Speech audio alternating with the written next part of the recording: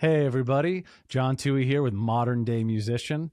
We're back for another show here, and I am talking to my friend Dennis Arcano today, who is an awesome drummer, multi-instrumentalist, Broadway sub. This guy does everything, and I thought it'd be really fun to talk to him today. How you doing, Dennis?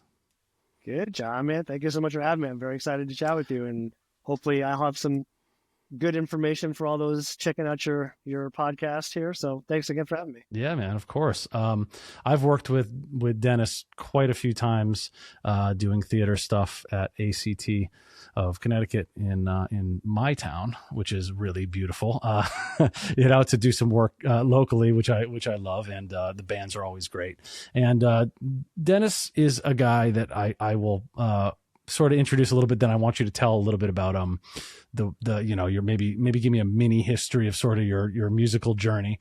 Sure. But Dennis has been great friends with my bandmate Jake Ciberon for years. They played together in a band. So I first heard of Dennis through Jake, and it turns out that one of the things that I always brag about to Jake when people ask is that he plays every instrument. He can do everything. He's great at recording. He knows a lot about video. Like he's like one of those super multi talents. And Dennis, you are the same way with all those things. I mean, and I figure you guys obviously are very simpatico when it comes to when you were having a very fertile time and sort of learning these things. But Oh yeah. could you speak, maybe start there and speak on Sure. your sort of multi-instrumentalist path?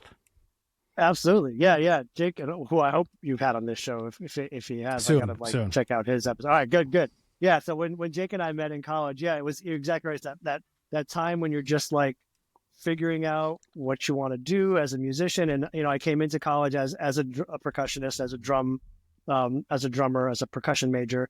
And yeah, it's funny. A lot of what I think I do now does stem from a lot of the things that Jake and I just did back in college, whether we were sitting in the practice rooms, listening to Rent and kind of doing our own version of us playing all the roles and recording it and being, goons that way. Or, he always had a recording studio at home, and I was writing songs and I'd go to his house and just try to record something, and I'd be like, okay, I'll do the drum track and Jake, you'll do everything else because I can't. And then it was like maybe a little bit out of not boredom, but just like I want to be able to do that too. So I want to start figuring out guitar and bass and keyboards and singing a little bit more and learning the recording stuff. And so through all those years of having that exposure to Jake's studio and writing music and making music with him and having the band that we had together, yeah, it just kind of became a thing where I wanted to just do more of it myself. And what I found is, and I tell this to musicians, especially to drummers all the time, it's not a requirement, obviously, but as a drummer, if you can go and even just at a beginner level, learn any other instrument, a guitar, keyboards, whatever, you're going to become a much better drummer because you start to realize what other musicians need from you as a drummer. That's one of the big things that I took away from actually becoming a multi-instrumentalist and playing other things. Yeah, it's cool to be able to sit in here and record an album myself, or to do backup tracks for an artist who might only be a singer-songwriter and needs me to play their stuff. But it's also just makes me better at the thing that I love the most, which is being a drummer, when I can be thinking, oh, well, what is the bass player really looking for me to do? Or what does the guitar player need me to do? Or when should I get out of the way for the singer now that I've sang a song myself and I know what I need from the drums, So I think that's a big part of being a multi-instrumentalist, is you just kind of take a different approach to every instrument that you're playing. If that makes any sense. Yeah, no, it definitely does. And what's interesting about you and Jake is that you got it to a level where you really can play those other instruments. I mean, there's a lot of people who oh yeah, I dabble, I play. Like you hear people say, oh yeah, I play guitar, and it's like, okay, and they can play a few chords, and it's like, that's fine. I mean, it's very, very basic, but you guys have sort of gotten it to another level where you could and have gigged on on other instruments too. It's not right. I mean, and so, Yeah. is it just a natural sort of affinity for the things, like understanding of how they work, or was it just a lot of time spent on the other instruments? Or I Speaking from myself, and Jake and I have talked about this, and I also just having known him for going on 30 years now, like I know his history and what he, to me, he's always seemed to be that, like, he will be the one who spends hours in a practice room, hours in a studio. He will, and he can shred and he can do, I feel like for me, it comes a little more naturally, like music has just always been a part of my life. And I'm on guitar, bass, and keyboards. I'm not like a virtuoso by any means, but I have like gigged professionally on all of those instruments. And for me, it just, I just feel like it came naturally. And I picked up a guitar, and I, when I realized okay, these are chords, and I picked up a bass and realized that those are just the single notes of the chords, or, whatever it was. And to me, I should actually back that up. I started with my secondary instrument after drums would have been piano, like, or keyboards, any kind of, like, my dad bought me a Roland keyboard in high school, and I would just, sit and started off like Tommy Lee playing, the C major chord of Home Sweet Home. And, okay, that seems pretty similar. What if I move that to another? Okay, that makes it a D minor chord, like, the same, like, block, whatever. But I think playing, if I was going to recommend anything for any instrument, if you're a violinist, if you're a flutist, if you're a saxophone, and you like, just learn some basic keyboard, because that helped branch me out into everything else. Because it really made me look at music differently, like melody, chords, bass line. Like, even thinking back to, like, teaching AP music theory and thinking about how counterpoint works. So as long as the bass and the melody are doing things together, and what fills in between. So I found that, like, once I played keyboard, then that translated over to guitar, and that translated over to bass, because I started to think about the left hand of the piano, or how the chords worked, or a melody line that I could then play a riff as a guitarist. So I think for me, it came a little more naturally, and most of my stuff was either just, rocks, not that rock's easy, but, like, rock stuff and musical theater stuff. I never really got into, like, super prog rocky, like the real legit prog rock stuff and jazz or anything like that. Like that, I would say, okay, just give me a pair of drumsticks and I'll go keep time in the back for that kind of stuff. But yeah, it did seem to come naturally for me. Just music's always been upon my parents they were not musicians, but music was just a big part of my childhood. My dad was into, doo-wop music. My mother listened to Motown, and everything that you could think of from the 80s was always being played in my house. So it was just always in there. I mean, that's even how I got my start as a drummer. I joke with people. I was just telling someone a story this recently about, like, auditioning to get into college, or having been in high school bands. And it's like, I was sort of self-taught. Like, I didn't really study with anybody until college. I just would put on the Aerosmith records, or the Bon Jovi records, or the Skid Row albums, or the Motley Crue records, down in my basement with my first drum set, which I still have here, and just, figure out what this hand was doing on the hi-hat, or what this hand was doing on the snare drum. So yeah, I don't know. I feel like some people, like you said, they just haven't. I've been very lucky to have that, I guess. That begs a couple questions, I think. One, sure, it sounds like it was your music habit, if you will, was supported by your parents pretty evenly. It's not like you hear some of the horror stories where it's like, you don't do this. This is not, for aspiring musicians. Wasn't like that for you, right? Yep. No, we're talking like 8th grade. I was a very late bloomer musically, and a lot of people, studied piano as a kid, or did elementary band, or it was the end of middle school. I had a friend in town who was a drummer.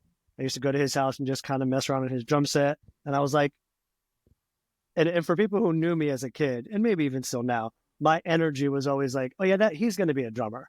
Like, he can't sit still. He's always moving. He's got a lot of energy. It was just kind of a perfect fit. So, like, 8th grade year for Christmas, I was like, I think I want a drum set. No training, no, and my parents were like, great, bought me a drum set. That's and, awesome. Would they know 30, 40 years later I'd still be doing it? I don't know. But yes, they were very supportive of it. They were always there. Once I joined marching band in high school, they were part of, like, the band parents association, and the pit crew that was moving the equipment for the shows. So wow. They're, anytime I played a gig anywhere, or did a theater show anywhere, they would get tickets. They'd be there. So yeah, no, they were I owe a lot to them for supporting me, being there for me, making me feel like something that I was doing was, like, was worth it, and it wasn't a waste of time. Right.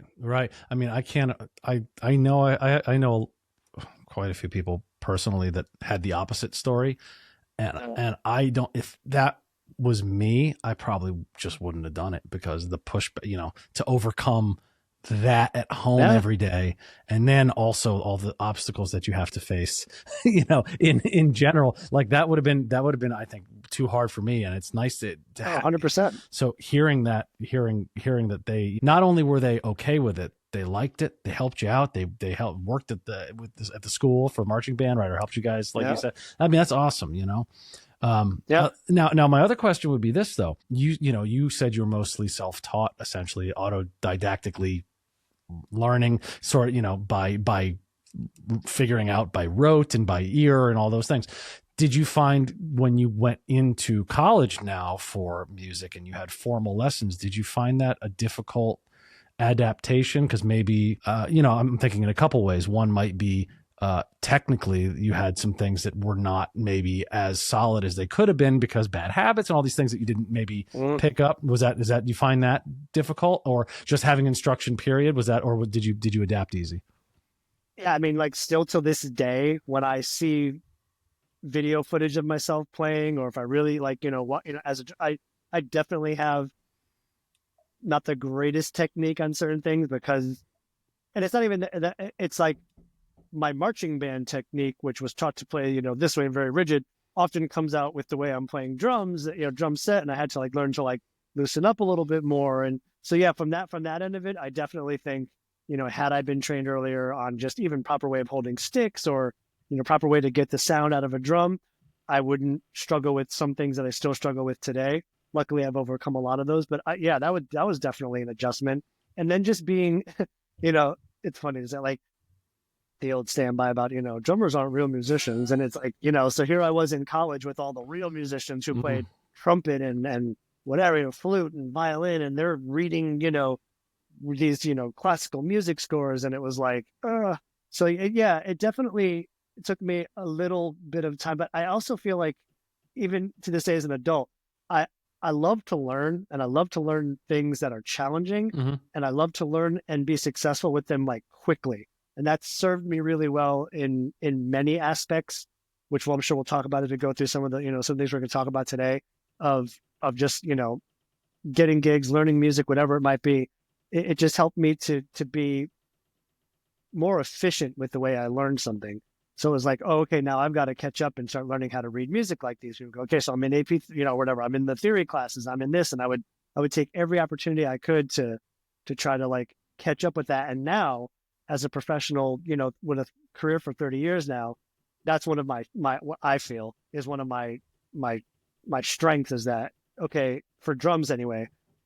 Someone calls me tonight because they've got an emergency and they've got a 2 hour set, and there's charts in there, like put anything you want in front of me and I can read it down.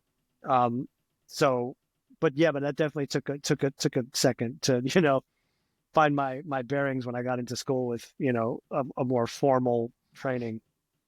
But I would imagine some of the skills that you picked up before that helped with once maybe to make the connection with whatever your instructor was telling you. Oh, it's like that thing that I did here. Okay, now I know the name of it, or whatever it is. Oh, that's that rudiment, right? Or Exactly. whatever. And then, okay, now I know how to apply it to the kit, or whatever it is that you're doing. Did you find that those connections came pretty fast? Yeah. Oh, absolutely. I can remember even in high school, just like learning the basics of rhythm and how to read rhythm. Because I did obviously have to read a little bit to be learning like these Mm-hmm. marching band scores, or, I did the shows in high school too, and whatever. But I just like, I don't know why this just comes as a funny memory, but I just remember like learning, eighth notes, 16th notes, whatever, and then seeing like, okay, so there's two eighth notes, so you play, you play two beats, and then there's 4 16th notes, so you play ta ta ta ta. But then it threw me for a loop when you'd have like eighth note 16th or 2/16th, like one and then you'd have the other way 2/16ths and an eighth, one and, or you'd have 16th, eighth, 16th, Mm-hmm. one and so I'm like, but there's three on every beat. So how do they say, like things Mm-hmm. like that took me a while to, oh, and then triplets. Wait, there's another way to play three notes in one beat. Oh my gosh, you got to stop. So that kind of stuff took me a while, but once it's there, it becomes like your second language. Yeah, oh, definitely. So you said something I thought was kind of interesting, is that, you said you love learning, and that's obvious because also I should have mentioned in the beginning, Dennis does the keyboard programming a lot of the time, also the main staging when we have to do that, and all that stuff for theaters, and all the various click programming and all that stuff. And so you're very technologically savvy, and one of the things that I'm think is important to talk about for being a modern day musician is that you actually have to, and we'll talk about your videos that you do too. There's a lot of other things that in the past musicians didn't have to touch. And many musicians who are holdovers from that time, who were of a certain age before that happened and they had a certain amount of professional career, are very allergic to that, to the modern technology, and understandably, and I would be too if I grew up and played in similar circumstances to them. I'm sure I would be. But you Sure. seem to always have you have a very forward looking. You seem to embrace technology and all these things. And when you say that you love learning, I'm assuming that also applies to, well, let me learn how to edit video. Let me learn how to program this. Is it a matter of necessity or is it just curiosity? Uh, Probably more the curiosity part, and then somehow once I learned that skill set, I've been very fortunate and lucky enough to find either a creative avenue for it, whether it makes me money or not, or I've found a professional outlet for it, Yeah. which, helps pay the bills, which is kind of nice too. So yeah, like just talking about like those things, like video editing. I remember being in my master's program at SUNY Purchase around 2008, 2009. And that was when I first started seeing what were called like the video songs that like Jack Conte and these Hmm. people were Hmm. doing. And I was watching them and I was just like, I want to do one of those. Like, I don't know. I just want to do one of those. Like, I don't think anybody's going to watch me because I'm not that talented and I'm not that, whatever it is, but I just want to do one. So it was like, okay, I've got all the instruments. I know how to play the parts. I know how to record already. I've done the Pro Tools thing, the Logic Pro thing, whatever. But like, yeah, so now I got to figure out how to use Final Cut Pro. So, I'm like I'll buy the software. I'm one of those, like, I'll read the manual. I'm like that even in things outside of music. Like, I read recipes when I cook and I read directions when I Hmm. get an IKEA piece of furniture to put together because I just love. It's just a weird quirk about me. I just love step by step directions and seeing something from nothing become something. Mm. It's a weird thing. So yeah, like with something like that, I just picked up Final Cut Pro, and then YouTube is like the greatest invention in our age, and Yeah. it's just type in how to create the Sin City effect on Final Cut Pro. Oh, and now I did one of our holiday videos where we're all in gray except the red Christmas hats stood out because I found out how to do that. I just always love throwing like an extra tool in the tool belt when it comes to that kind of stuff. So, and it's been like that for video editing, for learning how to record, for main stage, same thing. Like at the time, I'd had sort of a down, whatever you want to call, I wasn't doing a lot of professional level work at the time. I had just kind of like, I needed a break from the New York City thing and the whatever. So I was doing a lot of just around the high schools around here, being a ringer for their shows. And there was always a drummer. So it was like, hey, if you need me to play like second keyboard or whatever. And that's like when Main Stage had just come out, Apple's Main Stage, and I had never used it before. And I grabbed it and went like, okay, I'll make 2 patches and that's all I'll need for this one. And then the next time, 3 patches. And it's funny, I tell the story all the time since you're an ACT guy, like I met Brian Perry, who's the music supervisor for ACT. We had a mutual contact in the city, Broadway, musical director, and they were opening the theater, and he was like, "Yeah, I don't know anybody around here. What can you do for us? I know you're a drummer." I was like, "I can probably contract and hire musicians. I know a lot of players in the area."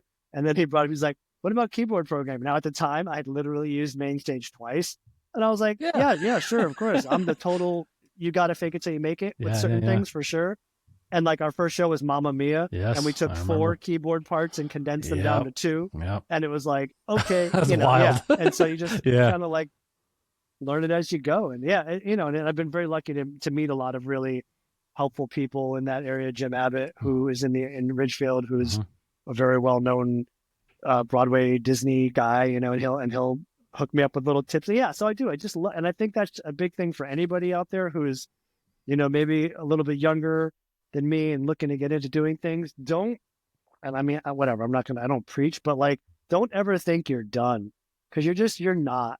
Like, I'm pushing 50 in a year, and it's like I still have so many more things to learn, and I've learned a lot already.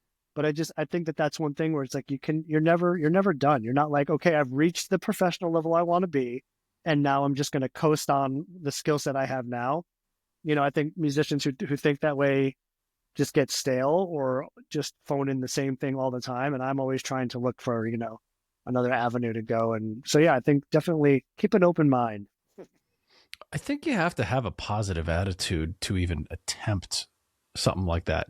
I think in my younger years, let's say I had met a Brian Perry and he had said, "Hey, could you do main stage?" I'd be like, "No, I've never done it. So therefore, no."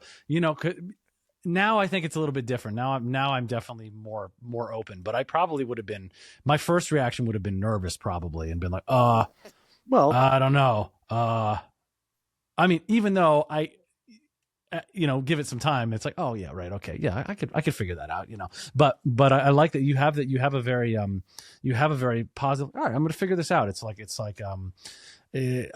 a calmness in that way where you're like, this isn't a challenge that's insurmountable. I can do this. And I think that's important, especially when you have such a variety of things that, like you're saying, you do professionally, to keep up on that. And anytime let's say main stage does an update, you're like, oh, where was this button, where was it? Sometimes that drives people nuts, but it might drive you nuts too. But you're like, okay, I'll find out where the menu is now. On these things. well, yeah. And I mean, I think, like, in the name of this modern day musician, right? And I was just talking to a drummer who's on tour with one of the shows. We were both subs on a Broadway show called Kimberly Akimbo, and now he's out touring on it. We were just talking, and it's like you start to just realize that, like, you've got to go out there and be a good person as well too, right? Like, yes, you got to be a good musician, you got to be able to do your job, but you've got to be someone that people like to work with, so that when you do run into those things where, like, I mean, there's a bunch of times, since we have it in common, the ACT connection, right? Where it's like, I've been there 7 years and doing stuff. There's tons of times where something hasn't gone right that I was responsible for, like something that Yep. and there's those nightmare situations where, yeah, people can get really pissed off because you're responsible for something, and they can just be like, "You're fired. You're out of here. You didn't do your job." But the hope is that you build relationships with people, Yeah. and you're hopefully, a team player, and you bring a certain energy to it. And not that you have to be like, hit da da da all the time and feel like, but as long as you're like a good person too, that's what I've found. I'm not trying to like say I think I'm a good person all the time, but I think I'm a decent human being. And it's made my career much easier because, yeah, exactly. Like, go back to that example. Yeah, maybe that was crazy of me to say, like, yeah, I can do this. But even just in those first couple of weeks of working together, Brian and I and Dan and the people who worked at AC, we got along, and it was like, yeah, cool. So if something does go wrong, they'll trust that I know how to do the research to solve it, to ensure that it hopefully does never, certain things are technology where you can't control it, but a lot of Sure. times you figure out, no, it was something I did some routing incorrectly, or I did this or that. And yeah, and then you hopefully have relationships with people as well too. So I think, and in the 30 years or so that I've been a professional musician, I've seen that, like, especially, and we'll talk maybe a little bit about the Broadway stuff later, Yeah. but like, Yeah. I had this chunk of time where I was like in my early 20s doing Broadway stuff. I took like a little self-imposed hiatus from it because it just the New York and the living in Connecticut and I was just like, I need a little break. And then in the past 5 years, I mean, like, I've gotten back into it and I've had 5 subbing jobs in 5 years, which have been awesome. Yeah. But I see like a change just in like the vibe, where like and maybe it's just me, but like when I was 20 years old and a little more nervous and doing this stuff and playing with some of these musicians who were in their 60s and have been doing it for 40 years, Mm-hmm. it was very stressful, and it was very like, there's all this energy. And now these last 5 shows I've done, like, the people couldn't be nicer, even on times where, we're all human. Like, there's this thing that's like, professional musicians have to be note perfect all the time. I guess, and maybe there's a certain level that I haven't reached yet where that is true. But, I've done some pretty top level things, and like, hey, the big secret is we all mess up once in a while, and it happens. Now, if it's a catastrophic train wreck, then yeah, you're probably not going to get a call again.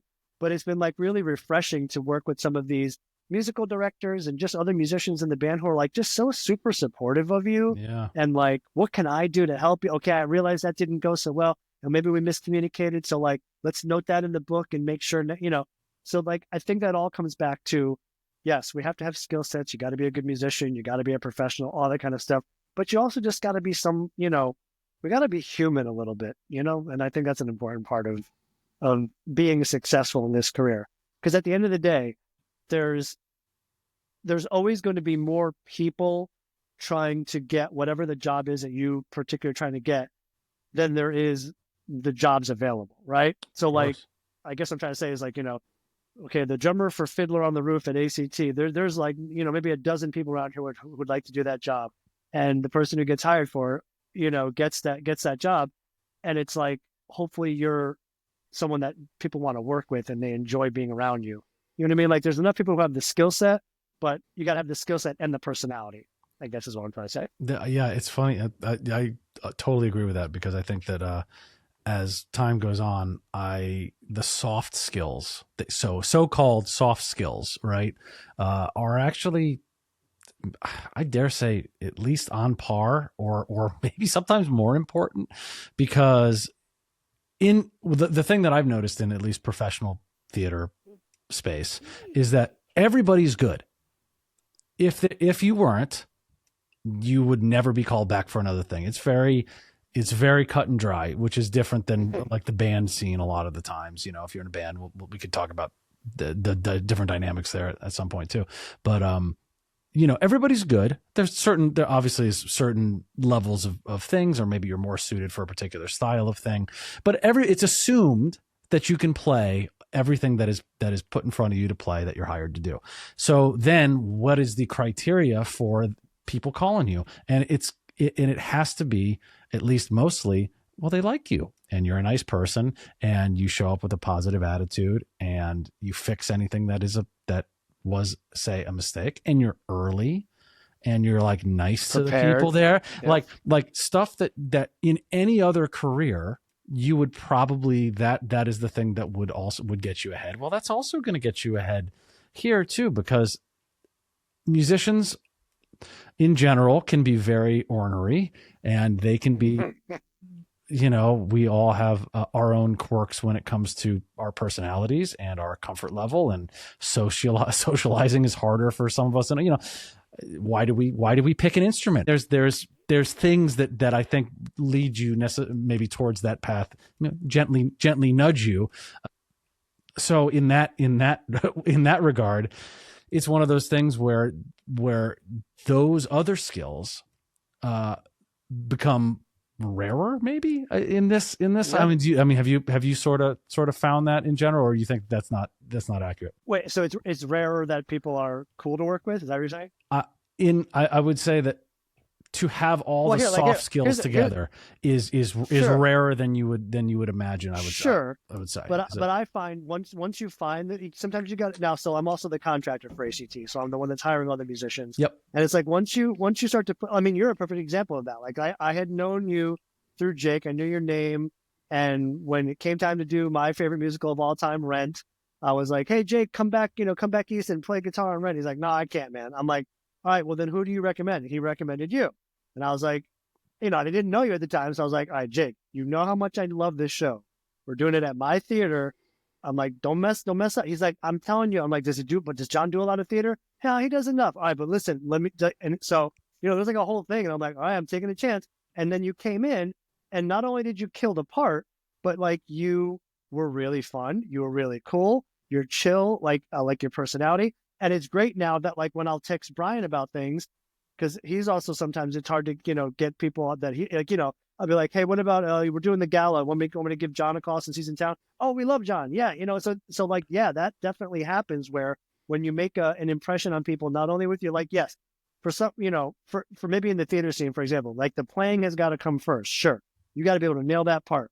So once you clear that obstacle, then it's like, okay, but are you also a jerk about it, or are you a fun person to hang out with, or are you just like a nice human? Like, so yeah, I feel like, I guess one of the things I like to pat myself on the back for is when I'll be scrolling Facebook, and I'll have like, mutual friends, whether it's you or this person who I know didn't meet each other before I put them together in a band.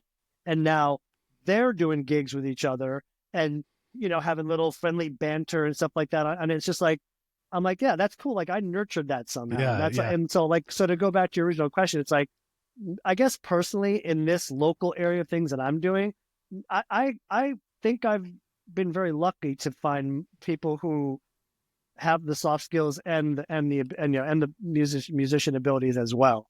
And it's been nice to kind of like, build up what I call my, Google Doc, my contractors list, and just see like, yeah, have a few people been crossed off that over the years? Absolutely. But not, there's way more who are, going to be working with us for years and years to come if we're so lucky to have them. So yeah, it's been nice to start seeing that, people who are just can do the job, but can also just be fun to be around. I mean, that's the best not combo. Stressful. Yeah, that's the best. Yeah. That's the best combo, man. Especially when you're in tight quarters, physically, literally, and you're also in hours and hours and hours of rehearsal, and it's a lot riding on it in this sort of scene. Both for people who are the audience that's attending it, and for the proprietors of the establishment and the people who work there. It's a huge, heavy lift. And so if you can get around a bunch of cool people who also are good at their job, I mean, it's kind of the best. It really just makes everything. It makes every day when you go to play, it's like, it's great. Today's gonna be good. Like, and you just know it. Agreed. You don't go in dreading it. At least I don't. And thank you for the nice compliments, by the way.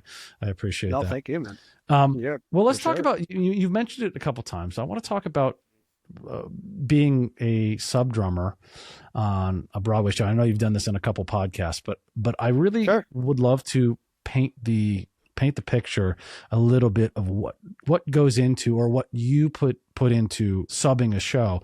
I know that for a lot of people, that's kind of one of their ultimate sort of career goals, is to, man, if I could get to play on a Broadway show, that's why, it's one of the biggest stages in the world. It's one of the most prestigious places. Sure. There's also, like you mentioned before, a ton of people competing for that, for all those things. And they would love to get a crack at it. So do you take that into account? Maybe you could talk about one of the shows you've done, or a couple of them, and how do you prepare? Do you have a schedule? Just lay it out for me. Sure. Yeah. I mean, and again, I guess I would just start by, yes, I've been very fortunate over the last 25 years or so to have subbed on about 9 Broadway, off-Broadway productions. And you're exactly right? Like at any given time, there's 24 shows. So that means, just talking from a drummer standpoint, that means there's, 25 drummers in the city out of the thousands of drummers in the New York area who want to do this stuff, who actually have the gig. So then it becomes, each of those drummers has to have a handful of subs. For those who don't know, Broadway shows are under the local 802 New York union contract. And one of the stipulations of the contract is that the chair musicians, which is what we call the people who are they're the ones who are the chair, who actually, it's their job. The chair musicians have the ability to sub out up to 50% of their accumulated time to be able to pursue other gigs, to go out of town and do this, that, and the other thing, whatever it might be. So yeah, I've felt very fortunate that I got into that scene, and that I can be one of those people. So, but the actual question of what do I do to prepare? So I'm currently subbing on a new show called Death Becomes Her, which is based on the old 1990s movie with Meryl Streep and Goldie Hawn. And it's a nice new big hit musical, which is really kind of fun. And I'm subbing for a drummer, Damian Bassman, who I've subbed for on 2 previous Broadway shows, Almost Famous and Jagged Little Pill. So I guess the process goes a little something like, I'll give you real life experiences with this one. So I guess it was probably back in February, April of 2024. Damien and I are always in touch with each other, and we just checking in and whatever. And I get a text message that he's going out to Chicago with the out of town tryout of this new musical, and you're gonna love subbing it for me. So the first thing is oh cool, I'm getting a call again. That's always good. I didn't know, but hey, I'm always I always take every experience as like, this is the last time this is ever happening. So I'm going to enjoy it. Mm-hmm. And when, another call comes in, it's like, oh, wow, awesome. So yeah, so you get that first initial, just like, yeah, I'm going to have you on my sub list. You're going to be one of the first 3 guys that I have in there. So it's like, okay, so you get that call. Then you just kind of follow along for the 2-3 months while they're out of town, just kind of, hey, send me a picture of the setup. Like, what are you playing on this one? Is it drums and percussion? Is it, whatever? Mm-hmm. You just give me a little idea. Then once the show actually comes to town and starts the rehearsal process, it becomes getting a copy of the music, which nowadays is, they'll actually, the copyist will send you PDFs in a Dropbox folder. Back in the day when I started subbing in the early 2000s, it was, run over to Kinko's and make a physical copy of the drummer's book. Yeah. And send it back and make sure that it doesn't get ripped. It was all right in the same order. Yeah, exactly. Oh, whoops! I put the bow music in the wrong spot. Oh boy, yeah. So so you get the music, and then for me the big thing, and again, I was just talking to my wife about this. I'm like, I think the thing that makes learning a Broadway show to sub a little bit easier for me, it's not an easy thing, but it goes back to what we talked about how I first learned how to become a drummer in the first place, was sitting in my basement with my drums, listening to Aerosmith and Bon Jovi and Skid Row, and like learning by rote.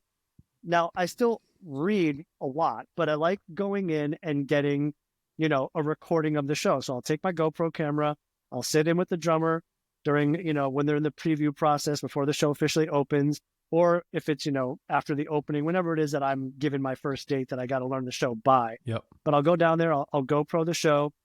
So now I've got charts. Now I've got a GoPro recording of the show. And then they usually nowadays, which is very helpful, they'll send you what they call a conductor cam as well. Because like for this show, particularly at the Lunt-Fontanne Theater, the drummer and the percussionist are up on the 6th floor, the last floor of the theater, in an isolated room that's not, meant to be a drum room, but it's been turned into one, because the other 16 musicians are down in the pit, and they have, things that are used for like lifts for the actors to come up through the stage. So there's not enough room for the drums or whatever it might be.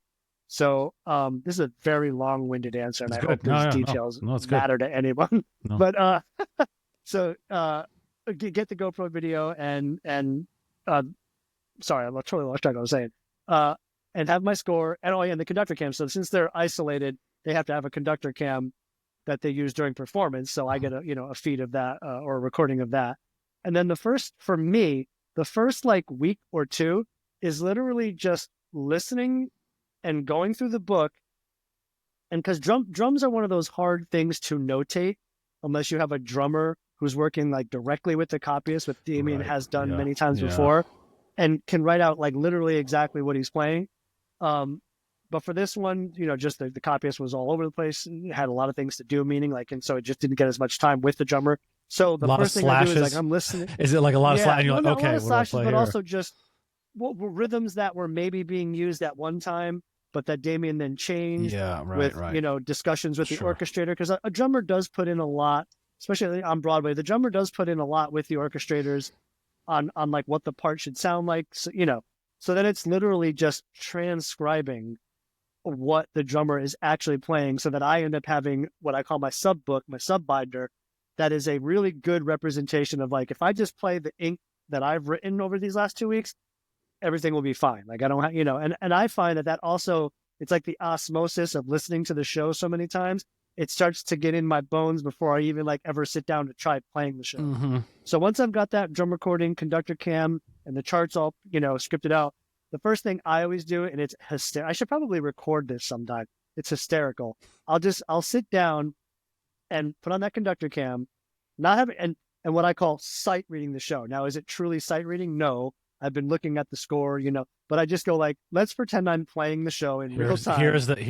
Hey, you're at the gig and go, right? Exactly. Yeah. And it's a flipping disaster. Sure. There's like sticks falling over the place, page turns are missed, hitting the bell instead of the djembe. It's a disaster. I forgot to change the SPD patch. So instead of hitting the gong, I got a slide whistle. That was really inappropriate for that moment.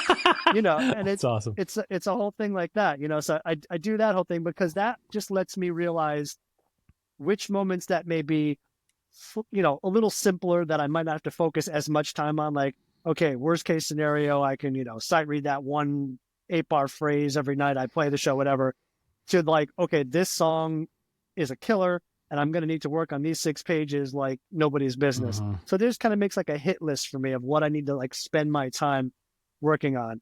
So then like, and just, I'll say for this show was the first time they opened on November 21st and I had my first sub date on December 7th. So it was like within the Ooh, first 2 weeks wow, that that's the show had opened. And the yeah. crazy thing about that is, they do what's called like a 4-week, what they call preview period, which basically means they're constantly finessing and changing the show. Like, oh, we might cut out a dance break here. We might put a new song in here. We might add a vamp that, so like the show's not officially finalized until opening night. Then the show is what they call it's frozen. That's the show it's going to be for however long it runs. And, so this one was weird because I was learning it as they were in previews. And so then all of a sudden something would change drastically. And it's like, oh, I got to like, reteach myself what I just learned 2 days ago.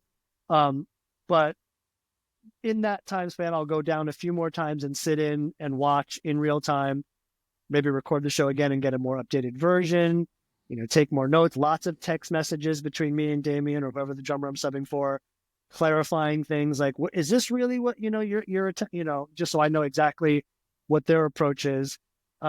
Yeah. And then like, then the big day arrives, your first sub date. And the crazy thing that maybe some people don't know about this scene is that whether it's a drum sub or any sub on Broadway, it is the craziest thing that you show up for that first show and it's like places and here we go.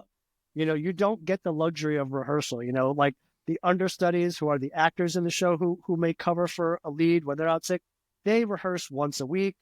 They do like little 4-hour rehearsal blocks where they can like, practice things and kind of fail in real time, but without an audience, and they can learn, okay, you don't have that luxury. You have to come in, knowing the show. You have to come in like it's actually your chair, like you've done it before, but you really don't. And I should also mention, I'll go several times also and do some practice sessions on the setup there. Because as a drummer, you're playing on someone else's equipment, might be at different angles for you. And it you might not cannot be move, you can't touch a thing, right? I mean, that's like a I mean, cardinal rule is that you really should, especially for miking and stuff, right? Correct. Yeah, a lot of it is the mics are like so tightly, yeah. But also like, some drummers don't want their stuff messed with. Some might, if the drummer says to you like, hey, if you need to adjust the height, then okay. But me personally, I always go in going, it's my job to be able to play it on this setup. I don't want to touch anything. If it feels awkward, what I do is we all have what we call our flight simulators.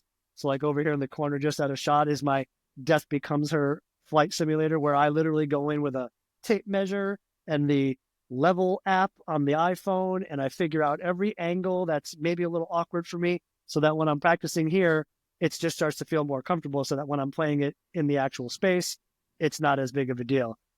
And for Damien, I've subbed for three of his shows, so I've gotten a lot more comfortable to his setup. Yeah, he plays traditional.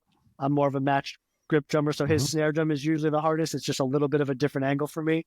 So on this show, I've just finally been like, all right, it's time to start like playing traditional a little bit more. So now I play like 75% of the show traditional grip, and then the few spots that I just feel more comfortable, I kind of switch to match grip. But yeah, so then that date comes up, your first date subbing the show, and it's like Clayton Craddock, who hosts the Broadway Drumming 101 podcast I've done with him. One of his other guests, says it's like a 2.5-hour heart attack, while you're jumping on the moving train of a show that's been up and running, and you're the weak link that hasn't done it before, and everybody else is kind of like, I've been doing this for weeks or months or whatever it might be. So yeah, it's a very strange but very cool and exciting and when you knock on wood, all 9 of those shows so there's a process called approval and designated. So when you sub a show, as long as your first show goes well, and again, does that mean perfect? No, you might have a little error here, or as long as you don't break the show, you get approved, which means you can come back again. And then after you've played 3, 4, 5, 6 shows, you become designated, which means you're like, you're on par with the chair musician, and now you're allowed to play no matter whether there's another, like when you're only at the approval rating, whatever you want to call it, they're not allowed to have other subs playing with you yet. in your section. So like as a rhythm section player, when I'm playing my first few shows, the bass player and the guitar player, they can't have been subbing out yet until I've been designated. Once I'm designated, Damien can call me or whoever can call me whenever they need me, and I can play with any combination of chair musicians or subs or whatever it may be. So yeah, it's crazy. It's a really crazy thing, but it's, again, if there's something in me that just likes them, the challenge of learning this new thing and being able to try to, it's very difficult. I'm sure, as you know, as a guitarist, another one of those, I mean, pretty much every instrument, to play with the exact, nuance or articulation of another guitarist or drummer or flute player, whatever it might be. It's very difficult to do. Yeah. But I like that challenge too. And, I got like the nicest compliment from the conductor of Death Becomes Her, Ben Cohen, who I had not worked with before. That's also the other thing. When you work with someone, like Brian Perry had conducted Almost Famous and Jagged Little Pill, so we had a 7-year relationship. It was like much more relaxed for me on my first dates because it's like, oh, Brian's conducting it. I'm on Broadway, but it's my buddy. So it's like, not that he would hold me accountable, Sure. if I, Sure. But it was really nice getting a compliment from Ben Cohen on this last one, where it was like, after my first show, like, yeah, here's a couple of little notes of things to work on, but thank you for the hard work. It's sounding like our show and it's sounding like Damien. And I'm like, oh man, that's amazing. the goal. You just want the people there involved to, not know that you are a sub, like it's a kind of weird thing. So yeah, that's sort of in a nutshell, the very long-winded journey of a Broadway sub drummer. So any follow-up questions? Oh, yeah, I mean, a million, but I'll stick it to a couple. One would be just to get an idea of the time, because you're obviously very thorough. You kind of have to be if you're going to jump in, like you said, the 2.5 hour heart attack. Like it's like, okay, here we go. I mean, that's a lot of pressure. How much if you had to estimate the amount of hours that you put in to let's say not the listening part, because you can also do that. You're driving to work or whatever you're doing. It's not like, it's like you can still drill that. Your physical hours sitting down at the kit, playing, working on stuff, learning, like what would you say is sort of an average for you before you ever go sub? That's a good question. I should be really good at like tracking these things. It would be good to know. Well, I think I don't know, good like info. I've heard. All right, so I'll come back to my own experience in a second, but just to give another really great theater drummer, Quentin Robinson, who goes by Q. He's the current drummer on the Hamilton tour. Mm-hmm. And he had subbed on Ain't Too Proud, the Temptations Broadway musical. And I remember seeing him talking about when he was learning Hamilton, that he basically locked himself in his studio for 8 hours a day for 2 weeks to learn that show. And that Hamilton is one of those drum books where it's like, if I ever get a call for Hamilton, I'd be like, thank you so much, but no, I don't have nerves of steel like that, so but so that, that's like one example of like, I guess it depends on like when you're needed. So like, right, in that situation for Q, the drummer was leaving the tour. He had to be the replacement. He had 2 weeks and he had to learn this epic musical. So he did 8 hours a day or more, doing it that way. For myself, so I'm also a elementary school general music teacher, public school teacher, have been for 27 years. So that can sometimes I work an 8 hour day. So then it's like, come home and, the wife doesn't want drumming until 10 o'clock at night, in the house. So it's like, mm-hmm. You try to squeeze it in here. That I would say, if I had to guesstimate on this one, mm-hmm. I would say I was forcing myself to do 8 hours a day for sure on the weekends. And I had about 4 weekends from the time that I first saw the show at the end of October, maybe it was 5 weekends, to when I was going to be subbing in December. And then during the week, it was like 2 to 3 hours after school, before dinner, and calling it a night. So, I mean, again, it's hard to like put like a total number of hours for this one in particular, but yeah, I mean, it's weird. It's certain things.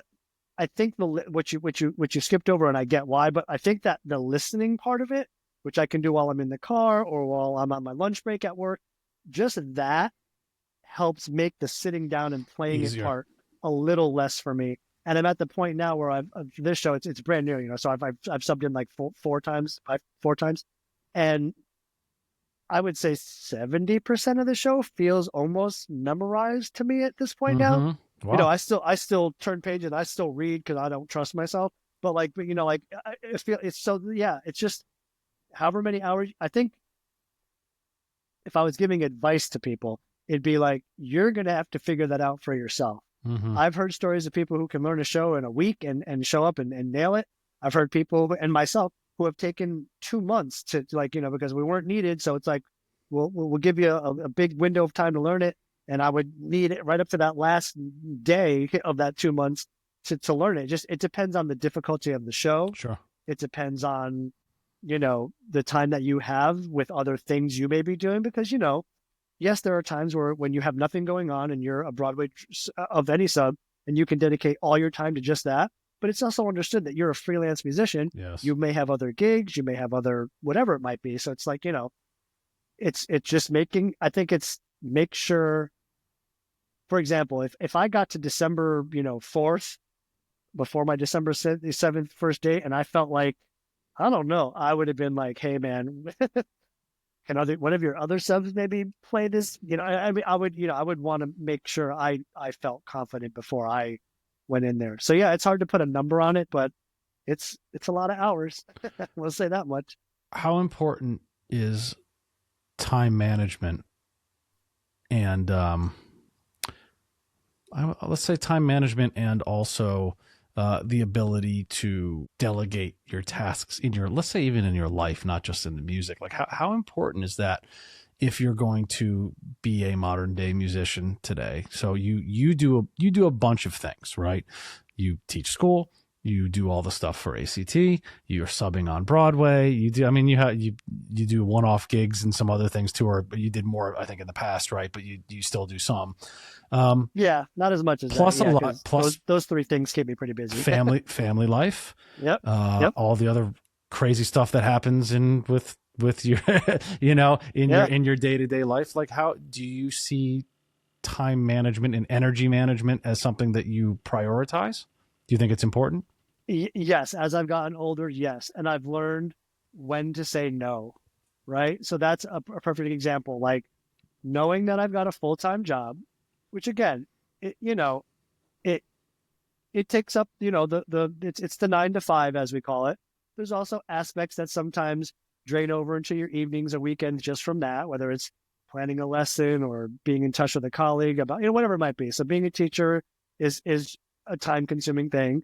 And yes, these other things are learning a Broadway show or working with ACT, but that's my point now. So now it's gotten to the point where those three things keep me pretty busy, but not enough where I don't feel like I have time to spend with my wife or to do that's the other thing. I'm maybe one of those weird people where, like, if you ask me what my wife and I like to do, as our hobby, it's like, we come in here. Like, it's like we're musicians. Like we love doing that too. Like, she plays ukulele now and we'll sit here and I'll grab the bass and we'll like put on some of our favorite 80s tunes and try to learn them, So like, but my point being, like, or to answer that, time management is super important. But I think I'm not like, I can be very anal retentive and like literally like on my, my calendar app, like, okay, this many hours to practice this or to do that, whatever, scheduling out my time. But I think the flip side of that is just knowing when you've reached your limit of being a happy, balanced person, and being able to say, like, yeah, I know, John, you're a good friend of mine and you're called me to do this thing for you, but like, it's a wedding gig and it's like the only Saturday that I'm going to be able to like hang out with my wife for the weekend. And thank you so much. And I'd love to maybe do it another time. And you may be like, all right, yeah, cool. I won't call you again. In my back of your head, you're just like, or maybe you'll give me another chance. But yeah, now I'm lucky that I've reached a point in my career where I can say no, because there was definitely a point in my 20s where I said yes to everything. And I was, and I was teaching and I was driving to New York and then I was driving to Goodspeed, which is an hour, and 30 minutes from here. And I was doing this, the other thing. And I was a marching band instructor at my old high school too. And I was driving back down to Norway, So I think as I've gotten older, I've just realized, like, here's how much I can handle and feel like, the things that I'm doing mean something to me and bring me some sort of joy or some sort of like accomplishment. Mm-hmm. And then the other things, not that they're not important, but that I just got to say no to some of the extra things as a musician, because you're right. You got to have a balance, you know, you've got to be able to say, I've got friends that I go and see now and I, hang out with. And I didn't do that for a lot of years. I just didn't have time. Yeah. And it's been nice and catching up with people and just, or to just sit around and binge watch a Netflix show for a week, whatever it might be. So yeah, I don't know if that's answering the question of like, how do I time manage? I don't have an answer for that, but I think it's very important to know your limits, keep yourself relevant, keep yourself where you feel like you're doing enough work that, a knock on wood, I've been very fortunate that from the time I graduated West Con in 1998 till today, I have only ever supported myself and my family financially as a musician in one way, shape, or that's another. amazing. Whether it's That's teaching, a huge whether accomplishment. it's like I've never had to have like my side. It's funny, like those things we mentioned, those are my side hustles. Like, like working at ACT, subbing on a Broadway show. Those are my moonlighting gigs, where I know a lot of teacher friends of mine who have to have like restaurant jobs or tutoring jobs, or a buddy of mine who I teach with, he works at an auto body shop on the weekends just to make, make ends meet. And like, I'm very fortunate that I've been able to do it, whether it's, as a freelance musician or recording tracks for people, programming thing. Like it's always been some sort of musical means of income for myself for like going on 25, 30 years now. So I'm very grateful for that. But as I've gotten older, the time management thing is, like just know your limits so that you can stay. Because I also think if you push yourself too hard to try to be, doing all these things and have your fingers in a lot of different pies, you may end up finding out that you're not going to do one of them really well. And I mean, I'll be honest with you, talking about like, we were talking before the cameras were rolling here about like, we always talk about the highlights and the good things. And it's like, but what about the, like, and I was freaking out this last 3 months or so preparing for this, this Broadway sub gig. I have a confidence in myself and I've established myself with this drummer. So I want to do a good job when I'm teaching. And we had, a show we had just opened at ACT that I wasn't playing, but I had, my contractor coordinator duties for them. And and it's just the way it timed out. I was like, dude, I don't know if I'm going to be ready to play this show on December 7th. And I was kind of, going like over the deep end with it. And that's when I realized it's like, okay, I'm going to do the best I can. I'm going to go in and be prepared. I'm not going to go in and be like, well, I hope I make it. Like, no, I would have, gone another route if I knew I wasn't going to be ready. But yeah, like, I pushed myself to my limit and I'm just like, okay, now that's good. Now I can just play the show when he calls me. I can do the next production for myself for my own enjoyment. My wife is playing with you and I on Fiddler coming up, which is going to be super fun. Yeah. And so it's, and I've been lucky that, that the most important person in my life also gets this and does it, so it makes it, not that I'm, I know I feel bad when I'm gone late nights or, whatever it might be, or, but yeah, so like you definitely have to know what's worth it and when you've reached your limit and like how to pull back, That's really good advice. And so part of the reason I ask is because not only is it important for pretty much any musician who's trying to make it as a professional, I feel, but also me, because I have chronic, I had my first kid not too long ago, and that changes, it changes a lot of things. And as far as, and I'm always a chronic yes and person, and I have been for a long time, and part of that comes from being really poor post college and trying to scrape things together. Oh, you want me to do this? Sure. And you kind of get in that mode. And I think in a way I've been, even though my career has progressed in a cool way and I have all these things and cool opportunities, that's still sort of in the back of my mind all the time. So, but now it's anybody I talk to who is in a even somewhat similar position goes, you have to make decisions. And I like that when you're like, because I don't like making decisions. I like saying yes to everything. I like saying yes to everything because I always feel like that, how often do you get certain opportunities, and some things. Well, and there's always the fear that if I say no, yeah, then maybe I'm not going to ever get asked. Maybe I won't get asked again. You know, and some of that I think is probably a false belief. But it does happen. You know, if you get called a couple times from a particular MD or something, and they go, oh, I guess he's just not available, and then it's on to the next one, which I totally understand. It makes sense. But I like your thought. Like, you got to know what your limit is, energy wise, or having a balance. Knowing when the balance is off and go, okay, I got to stop. Like you said, trying to prepare for this thing with all the other stuff going on, and especially in this season, it's like, it's a lot, right? And so then you go, okay, hold on, I need to rearrange some of this. I need to spend a little bit more time at home, so I'm going to have to make some decisions to adjust that, and so I'm in harmony with my wife. I'm in, you kind of get pieces of your life back that you might have had to neglect for a while. So I love that. That's really good advice. And I'm gonna take a lot of that to heart. Good. Okay. A couple more quick things, and then I'll be respectful of your time and let you go on your merry way to record your next solo album. Yeah. But by the way, he does play all the instruments on a lot of things that he writes too. So we'll at the end we'll talk about all the places people can find you, and we'll put that in there. Sure. I think I have one question that's sort of a double question. They kind of go in two opposite directions. One is, what's a piece of advice that you wish you took back in, let's say getting out of school, around that time, in school or around out of school? What's one piece of advice that you wish you took that would have, whatever, saved you a heartache or time or whatever? And what's one piece of advice that you wish you didn't listen to? Oh, those are good. All right. We're going to have to edit out this long pause that I'm going to take to think this one through here. So, I have editing capabilities. It's fine. Let me, if I may. Please. I honestly can't answer those, because to try to remember what someone said to me, that I then regret. I mean, of course there are, but I can't think of it. But let me say that if there was something that I wish someone had told me that I've sort of made my mantra as a musician now, is to take care of your body. Because the older I've gotten, I've had so many issues.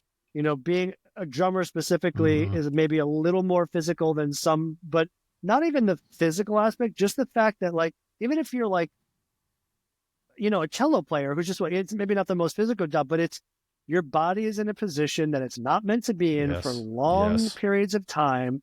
So maybe I'll rearrange your question to, like, what advice do I wish someone would have given me back then? And I always, and that's in everything. That's in taking care. So, like, for example, I'll give just some examples of what I've been doing now. Like, I got really into yoga like 10, 15 years ago, and man, it has made such a huge difference in my life. So I'm not saying that everyone should go out and become a yogi or whatever, but, like, find what works for you for keeping your body feeling good, because we all can't fight it. We're going to get older, and we're going to want to do the things we want to do for as long as we can. Yeah. I don't think, we're a very ageist country, and I'm not going to get into that whole thing, but we should be able to do whatever we want until we're just not physically able to do it anymore. And to keep yourself in that space, to find something that's going to, whether it's weight training, cardio, yoga, Pilates, any of the things. My wife's a big Pilates person. She was almost kind of get certified to do it, and it's kept her healthy and fit. And it's like, because I've had, let's see, in the past 3 years, I've had on and off tennis elbow in both the elbows, which is super painful to try to, grip a drumstick and play. I've had plantar fasciitis foot issues, which, makes it hard to stomp on pedals on a kick drum or whatever it is. So, but, and on that, in that same token, for musicians, especially those of us who are doing the rock thing or whatever, take care of your ears is something else I wish someone had said to me. Thinking back to the marching band days and standing in front of those marching snare drums with Kevlar heads that were cracking rim shots at, 180 decibels, whatever it might have been. Fast forward 2021, I had just turned, 42. I don't remember how old I was, early 40s. and I find out I have significant hearing loss, about a 15 decibel dip in my 3 to 4K range, where all those cymbals and shimmery sibilant sounds are. And I'm doing the AirPods to talk to you right now, but I wear hearing aids now, which have been a game changer. And it was hard to accept to have to do that at 40 years old. Like, no, that's something my dad got when he was in his 60s, you know. But it's like, this is what we do, and I'm like such a happier person now that I have them. So I guess the advice I would give to any musicians is take care of your ears, get hearing checks yearly, if not bi-yearly. Just do it, and if not, protect the ears somehow. Get the earplugs in. Find that they make great musicians earplugs that you can get custom molds that are filters, so it doesn't really muffle the sound like you would with an old, you know, foam ear one. You can actually change a filter and have 9 dB of attenuation or 25 dB of attenuation, depending on your situation. Do that stuff, because if you really love doing this and you want to do it for as long as you can, I mean, duh, you need your hearing. So that's like anybody I talk to now, I try to, not to like, I'm not endorsed by any but I like go and get the hearing check, find ways to take care of your body for whatever the physicality of your instrument is, whether it's, you know, fine motor or whatever it might be.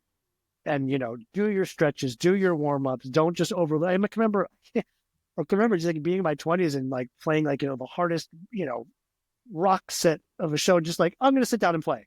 I can't do that now. If I did that, I would not be able to play for 2 weeks, because everything's sore and hurts, and it can be like, oh, listen, old man, you know, but it's true.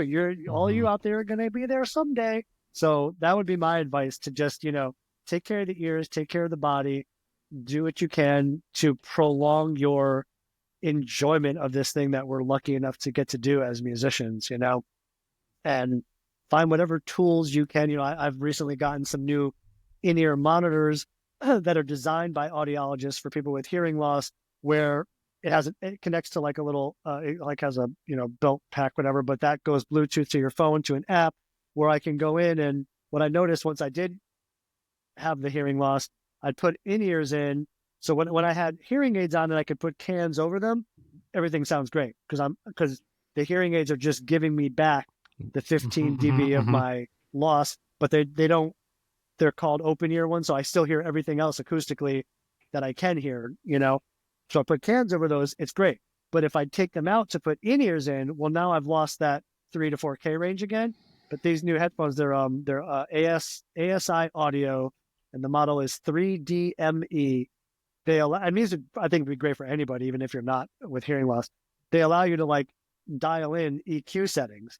So I can literally just go in there and, go to that 15 or go to that 4K range and boost it 12, 15 dB. And now it's like having my hearing aids in, and I've got full attenuation to my own drumming, where I'm not, you know, bashing my ears out anymore. Yeah, that's awesome. And you can also set like a limiter on it, so that anything that's being pumped in from your Avion mix, whatever, is not going to go past a certain decibel level and cause you more hearing damage, you know, because it's that old, you know, well, I can't hear, let me turn it up. Well, now you're damaging your ears more. And then eventually you just come to a point where you can't hear it at all. So yeah, take care of the ears, take care of your body. Dude, I've definitely lost high end for sure. If I'm in a crowded room. We all do. Yep. Naturally, but it's, yeah. Yep. And loud rock music, it's been most my early life too. And so it's like, you know, I'm in a crowded room with a bunch of people, and it's hard. Yeah, it's really hard to hear. So I'm gonna tap you for some resources, because it's like, you know, I'm generally pretty good, and I generally always wear earplugs, and I have for a while. But you know, it's there, especially if there's like 10 or 15 people in a room.